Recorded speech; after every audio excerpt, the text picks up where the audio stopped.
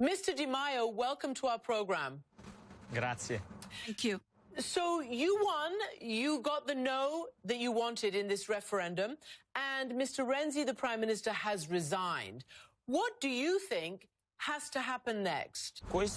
Now, this is the time to have elections as soon as possible in Italy. We want political elections as soon as possible and do it very, very quickly.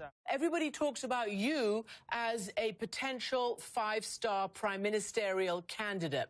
But can I ask you, already your five-star officials who've been elected have not had a great run. I was able to interview, as her first international interview, the mayor of Rome, Virginia Raggi. And since then, she has had a huge amount of trouble. Are you up to being prime minister? Can your party actually govern, or is it a protest party? Why have they had problems in Rome?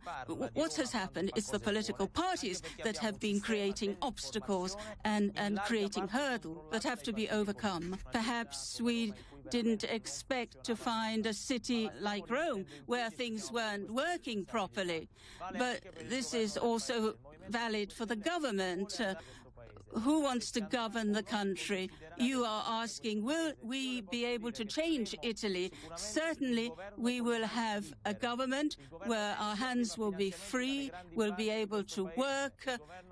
Renzi's government, there was money from the Etruria Bank, but we know very well who used to finance Mr. Renzi and who he was really governing for. Can I ask you finally a very important question? And as you know, it's about fake news, which has been a real problem in the last several elections and in the last several years. There are accusations against the five-star movement that it is perpetrating and sending around fake news, including stuff that appears in Russia.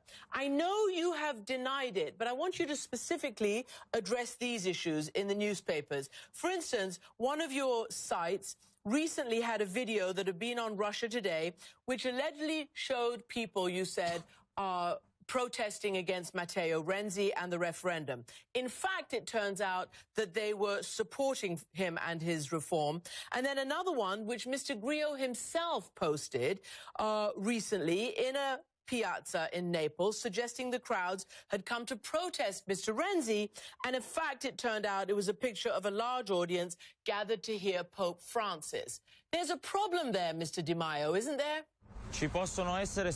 When you use social network, there may be errors, but the accusation to have cyber attacks in our movement, five-star movement, and that there's fake news online, that is really has no foundations. Today, five-star movement, we warn people to be careful, and I have read myself many fake websites and news, but it's the old political parties who are doing this. It's the state TV, private TV, and they often try to do this.